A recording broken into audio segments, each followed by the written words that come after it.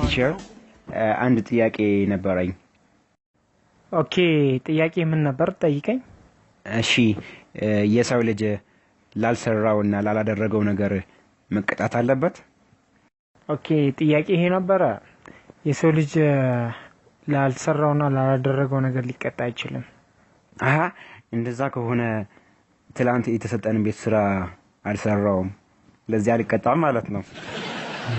ዋስግ የሆነ ልጅ ነው። እሺ አሁን ቁጭ በል። እሺ አሁን የዚችን ወፍ እግሯን ብቻ በማየት ስሟን ትነግረኛለህ። እንዴ መምህር አስማተኛ አረጉኝ እንዴ? እግሯን ብቻ አይቼ ስሟን የምናገረው? ኧረ ምን አይነቱ አዝግ ነው። ለመሆኑ ግን ስም ማን ነው? መምህር ስሜን ከምነግሮት እግሬን ባሳየት አይቀልም?